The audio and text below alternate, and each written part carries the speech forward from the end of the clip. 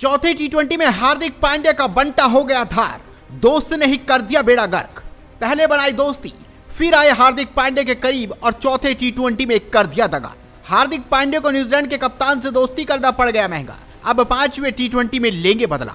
New Zealand के हाथों चौथे टी20 में टीम इंडिया की हार के बाद मिचेल सेंटनर की बात सुनने लायक है।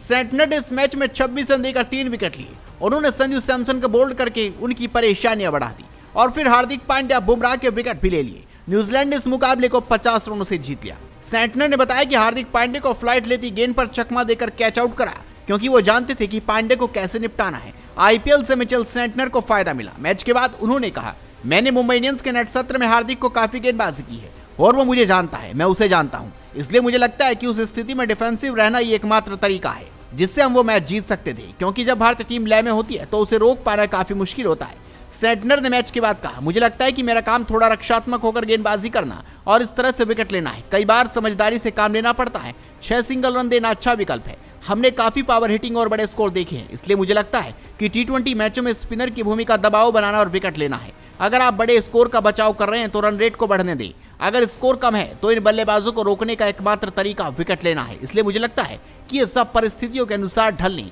और स्थिति को समझने से जुड़ा है। उन्होंने आगे कहा, मुझे लगता है कि अगर आप दुबे, हार्दिक या रिंकू के लिए उनकी जद में गेंद फेंकते हैं तो वे उस पर शॉट खेलेंगे। आपको संभावनाओं को ध्यान में रखना होता है और बल्लेबाजों की रणनीति के अनुसार गेंदबाजी करनी होती है। अगर कोई बल्लेबाज कलाई के स्पिनर को नहीं समझ पा रहा है तो आप गेंदबाज को कुलदीप या विश्नोई की तरह थोड़ा और आक्रामक होने के लिए कहते हैं। इसलिए मुझे लगता है कि इस खेल के परिस्थितियों को देखकर अधिक आक्रामक होकर गेंदबाजी करने की कोशिश कर रहे थे। आप इस खबर पर अपनी राय दीजिए, इस खबर को शेयर कीजिए और जुड़े रहिए क्रिकेट क्लब के साथ।